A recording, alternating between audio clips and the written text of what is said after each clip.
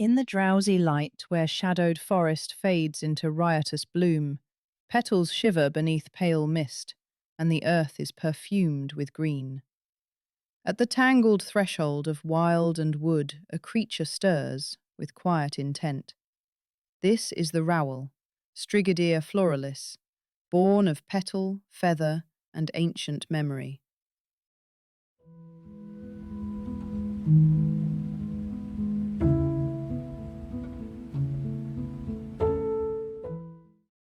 Rowel anatomy reveals an artistry of adaptation. Coloration transitions gradually from a pale, near ivory shade on the facial disc to saturated red, violet, and burgundy across dorsal and alar regions. Robust short tarsi are ensheathed in a bark-like epidermis. Each digit terminates in a keratinous, thorn-shaped ungual, providing anchorage among dense vegetation. Subdermal networks of dual vascular bundles containing both hemoglobin-rich blood and a chlorophyll-bearing sap analogue extend through the lateral body and wings, facilitating nutrient distribution and photosynthetic capacity.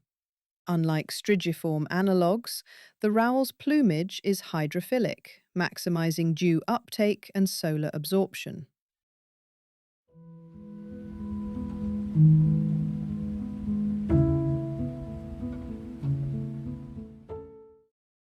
Endemic to the hidden wilds of Petalosia, the rowel occupies a narrow ecological niche within the region's temperate deciduous forest margins and tangled thicket biomes.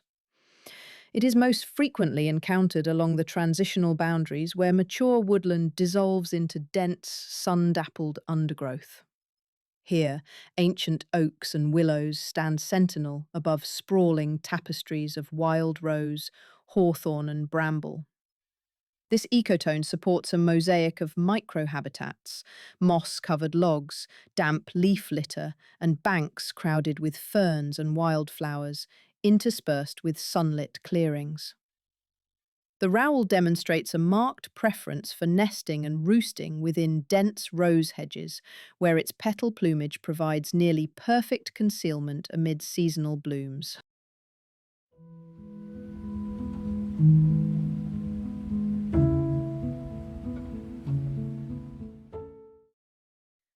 The rowel exhibits a highly specialized omnivorous feeding strategy integrating trophic mechanisms from both the animal and plant kingdoms.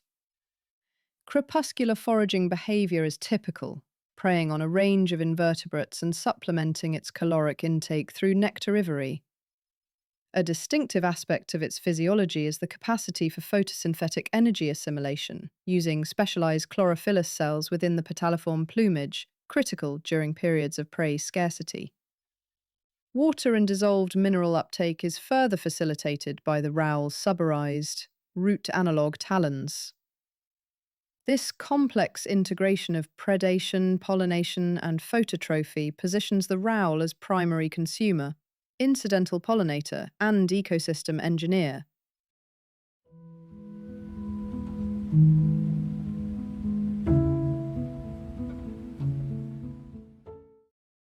The rowel demonstrates primarily solitary behavior, an adaptation consistent with most strigiform species. Individuals maintain well-defined home ranges centered around abundant wild rose patches, utilizing vocalizations of low amplitude and chemical cues via volatile compounds emitted from petal plumage to delineate territory boundaries and minimize intraspecific conflict. During the peak blooming season, late spring through midsummer, temporary aggregations may occur in resource-rich microhabitats. Pair bonds in the rowel are seasonally monogamous. Courtship involves both visual and olfactory displays, including ritualized preening of petal feathers, nectar sharing, and the arrangement of fresh blooms within the nesting site.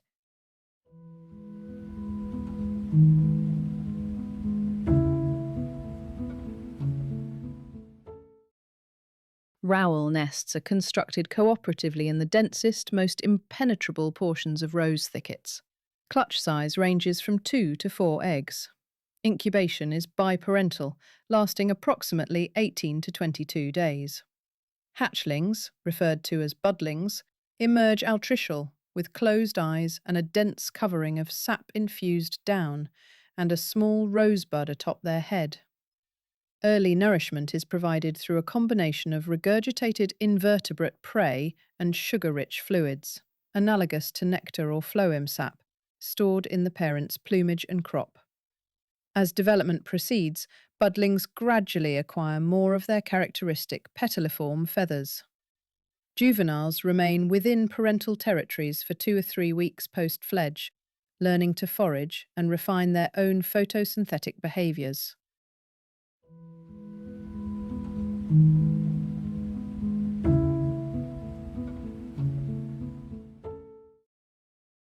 The rowel functions as a keystone species within the temperate thicket and forest edge ecosystems of Petalotia.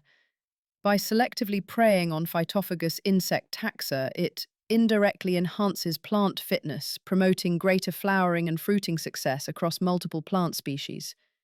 As a partial autotroph, the rowel's photosynthetic plumage enables it to capture solar energy and contribute to localized carbon cycling, while its unique uptake of soil moisture and dissolved minerals through root-like talons subtly influences soil nutrient profiles. Declines in rowel numbers often precede reductions in wild rose cover, insect abundance, and overall ecosystem resilience, marking the species as a sentinel for landscape health.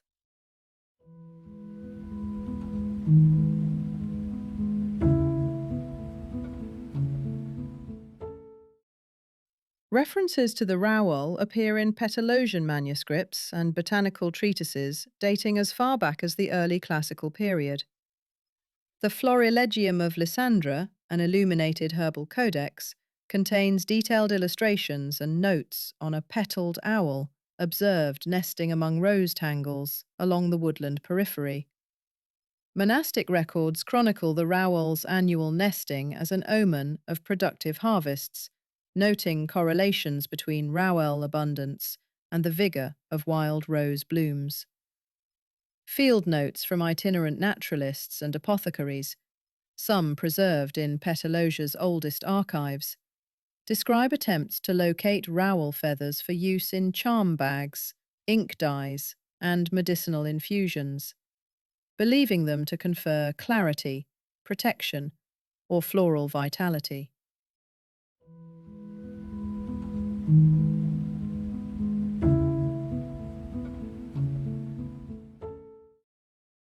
The rowel's seasonal rhythms are woven into the fabric of Petalosian agricultural and spiritual life.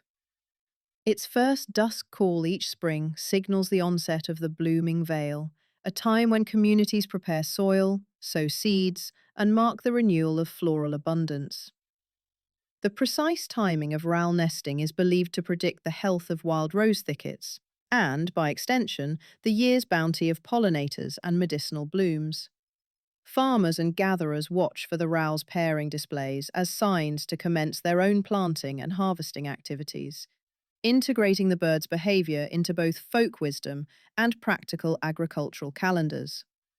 Newlyweds often visit rowel nesting sites, leaving offerings of petals or fragrant herbs as part of rituals seeking marital blessing, fertility, or guidance.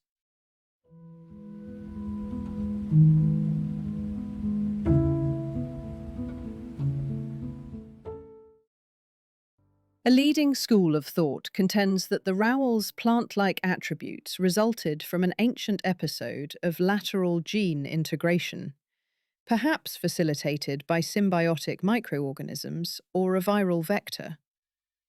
According to this model, genetic sequences from endemic roses became embedded in the genome of a small owl ancestor, resulting in the heritable development of petaliform plumage and chlorophyll-producing cells.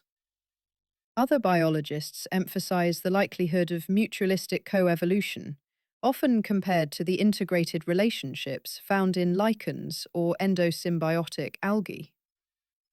International teams of researchers continue to sequence specimens, tracking epigenetic markers and modeling its development in controlled environments.